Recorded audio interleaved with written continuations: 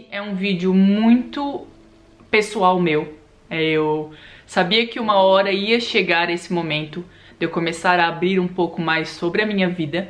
Eu já comentei algumas coisas aqui sobre a minha história, mas hoje eu venho com um vídeo realmente muito pessoal. Vocês sabem que eu sou uma pessoa extremamente discreta com a minha vida.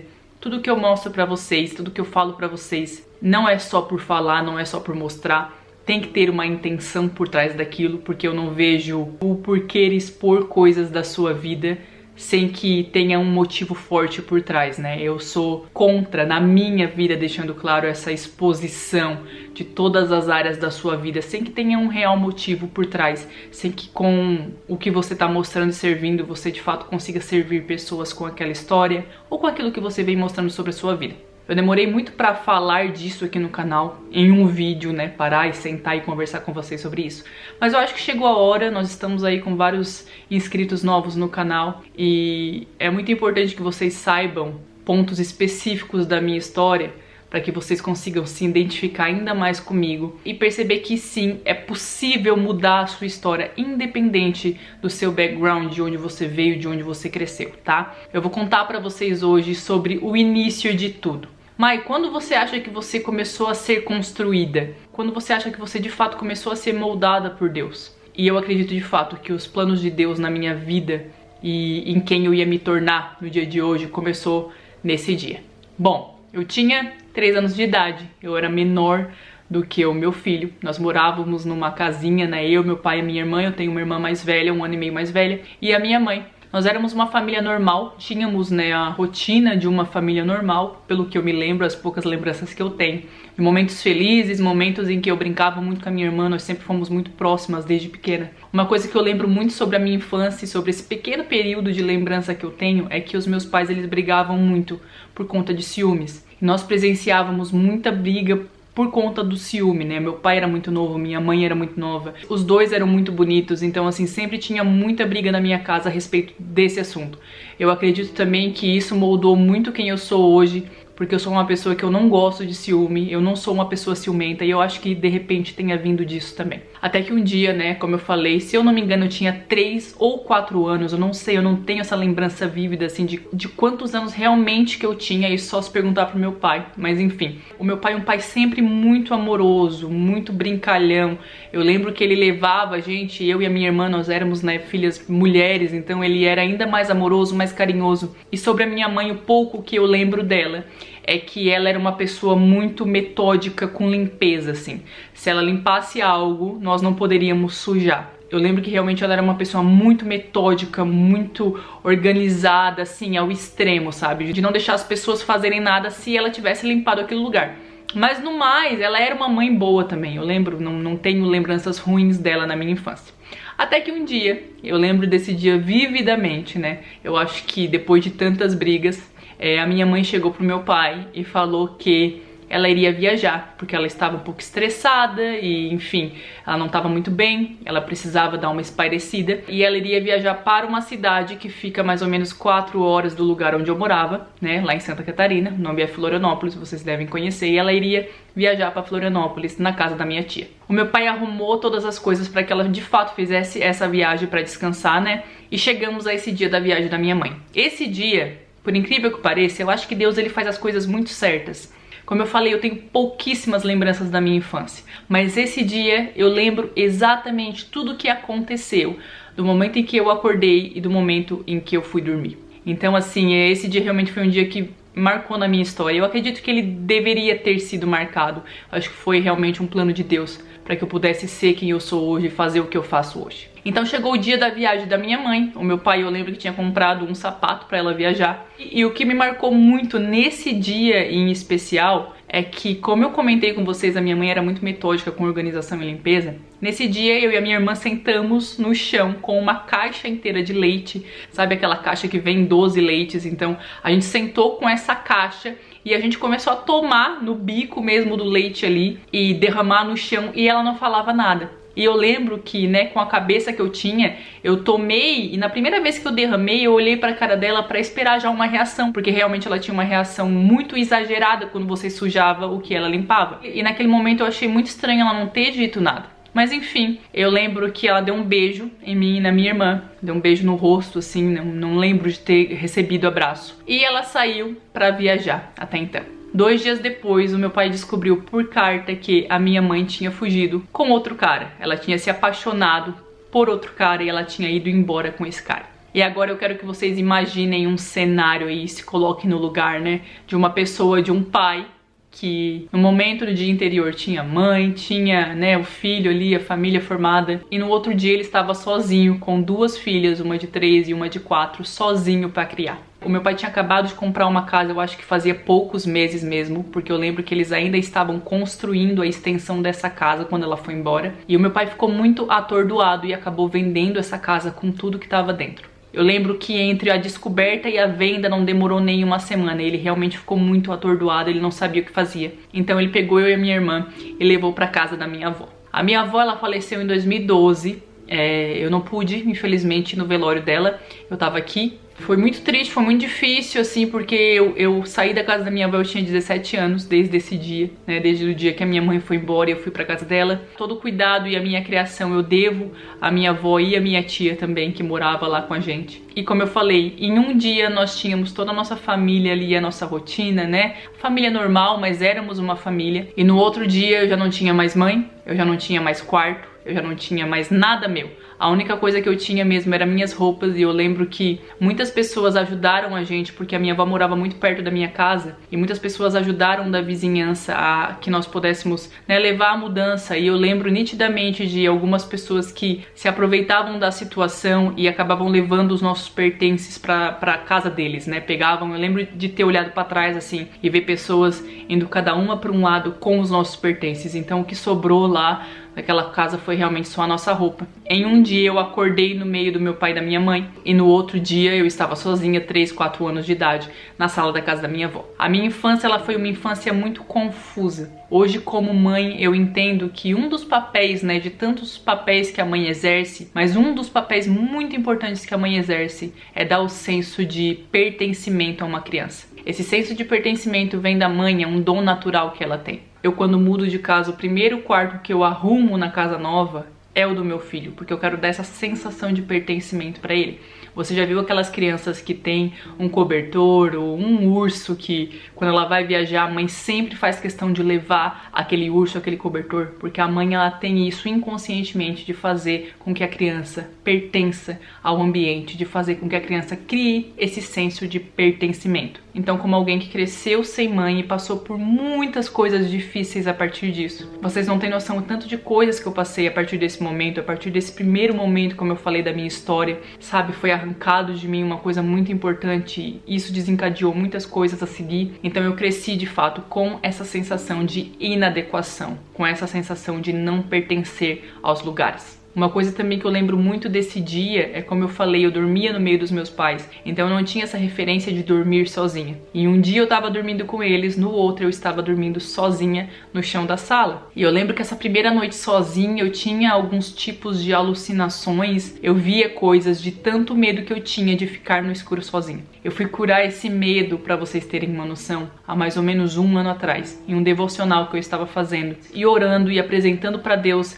a minha vida, as minhas causas, as minhas feridas. E eu orei naquele dia em função disso, desse medo do escuro que eu tinha. E Deus me deu uma visão clara, eu naquela sala, naquele primeiro dia, naquele escuro. E na hora, no meu coração, ele me disse: você não tem medo do escuro, você tem medo do que o escuro representa pra você. O escuro representava pra mim abandono, representava dúvida, porque eu de fato não sabia o que iria acontecer dali pra frente na minha vida. Representava a falta de um alicerce que era essencial pra mim, ainda mais naquela idade. Então Deus me revelou e a partir desse momento eu comecei a dormir em paz, porque eu entendi que eu tô aqui hoje, eu tenho as minhas escolhas e eu fiz diferente. Depois desse dia, como eu falei, eu fui seguindo na minha infância. Os momentos bons que eu lembro era quando eu tava realmente ali na casa da minha avó. Uma casa muito simples, não tinha luxo, mas nós tínhamos aquilo que era essencial para viver bem. Eu tive pessoas que cuidaram de mim na minha infância e hoje, como mãe, eu sou ainda mais agradecida porque eu sei que isso não é uma coisa automática quando o filho não é teu.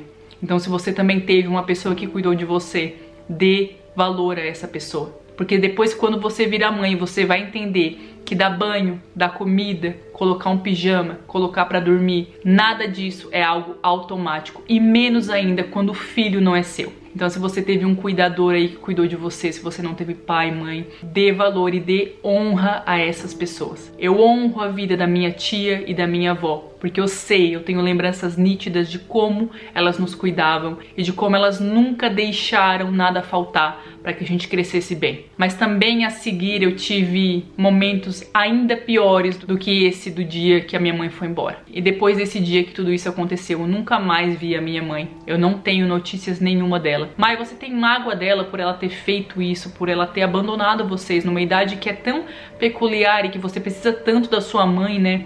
Não tenho mágoa. Hoje, eu juro pra vocês que eu entendo que tudo que eu passei na minha vida me trouxe até aqui. Tudo que eu passei na minha vida, de fato, era pra que eu tivesse passado. Tava lá, era a prova, eu passei e eu consegui hoje estar onde eu estou. Se você me perguntar o que você sente então, Mai, eu vou dizer que a minha sensação, eu nem sei se eu posso dizer que isso é uma sensação, mas a única coisa que me vem na minha cabeça quando eu penso nisso, e eu penso muito pouco mesmo, só quando eu vou contar isso pra alguém, é que de fato eu não entendo, né, uma mãe poder deixar 2 filhas. E eu não entendia na época, e hoje, como mãe, eu entendo muito menos. Porque o meu filho hoje pra mim é tudo. Mas ao mesmo tempo também eu não julgo, como eu falo, eu não tenho mágoa, eu não julgo essa pessoa. Ela deve ter tido os seus motivos e colhido também, né, querendo ou não, aqui a gente tá na terra e é a lei da semeadura, você colhe e você planta na mesma medida. Então eu acredito que de fato algo nela, né, um dia chegou a doer a respeito dessa história. Mas também é uma incerteza minha. Por que você contou isso? Por que você veio hoje? Você nunca é de expor a sua vida, a sua história. Você fala muito pouco sobre você mesma, né, a sua história, a sua vida. Como eu falei, nada do que eu faço aqui e do que eu falo é sem propósito. É por falar, é só pra ter mais um conteúdo, ainda mais quando fala da minha vida, da minha história. Uma coisa que eu respeito muito. Muitos traumas a partir dessa ocasião eu trouxe para a minha vida, até o momento em que eu realmente comecei a me desenvolver e a entender realmente tudo que eu fazia e por que eu fazia. Como eu falei, eu fui ter medo de dormir até 1 ano atrás, mais ou menos, 2 anos atrás. Eu curei isso, graças a Deus, mas isso veio comigo na minha fase adulta. Quando meu filho entrou na escola e no horário de buscar eles na escola, eu sempre queria ser a primeira mãe. Eu sempre queria, e de fato, meu filho sempre era a primeira criança que era trazida até a mãe. E eu tinha essa urgência dentro de mim, essa ansiedade de sempre buscar o meu filho primeiro. E eu não entendia o porquê. Aí depois, né, fazendo, me desenvolvendo, eu entendi que, mais uma vez, eu estava sendo movida por traumas. Eu estava querendo ser a primeira mãe a chegar, porque eu lembro quando eu era pequena.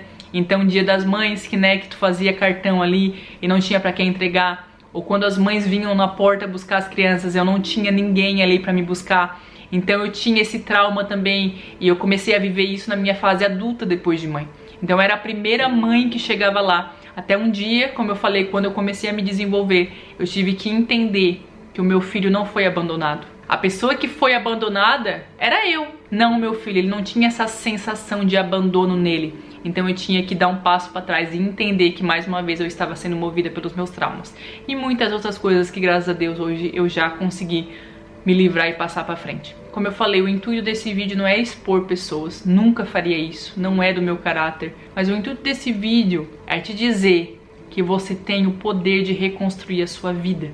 Você tem o poder de ser a mãe que você não teve. Você tem o poder de querer servir pessoas e entregar amor para as pessoas quando o que foi te entregado foi o oposto disso. Quando eu digo a frase, a nossa história nos condiciona, mas não nos determina aqui no canal, eu repito essa frase porque eu sei do que eu estou falando. Eu sei o esforço que é para montar uma família saudável, viver uma vida diferente, quando o que você tem de referência é destruição e abandono. Eu sei como é querer se tornar uma pessoa diferente, quando tudo que você tem para se alicerçar são os traumas que você viveu. Mas como eu sempre falo aqui, e eu vou repetir quantas vezes forem necessárias, você é o dono das suas escolhas. Você é o dono da sua história. Não importa o que foi feito com você. Você tem o poder de se curar e mudar a sua história. Eu lembro que um dia eu prometi pra mim mesma que esse ciclo de abandono, que esse ciclo de vida destruída, de família destruída, iria acabar em mim. Essas lembranças eu levaria comigo no dia que eu fosse embora. Não meu filho,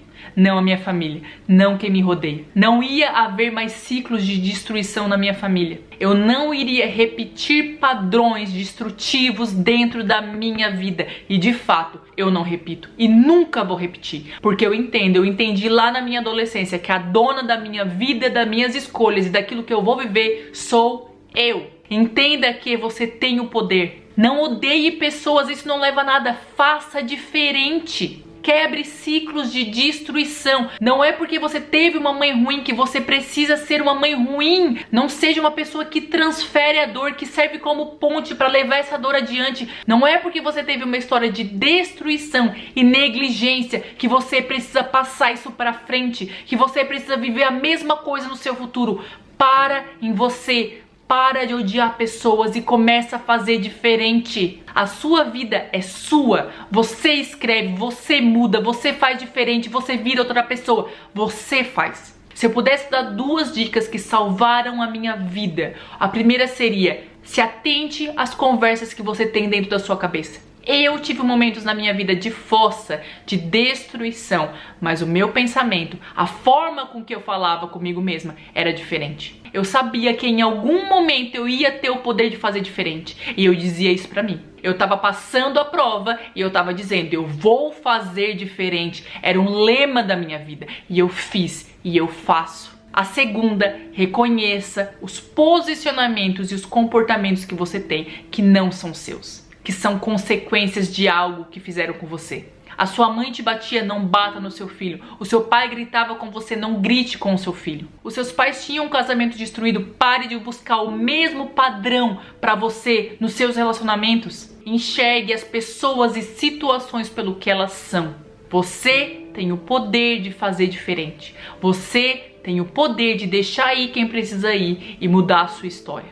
Você tem o poder de começar a plantar hoje algo diferente para colher algo diferente amanhã. Pare de ser um transferidor, uma ponte que leva a consequência dos seus traumas aos seus comportamentos de hoje em dia e tudo que você vai colher no futuro. A sua vida é sua e você tem o poder de mudar. A gente se vê no próximo vídeo.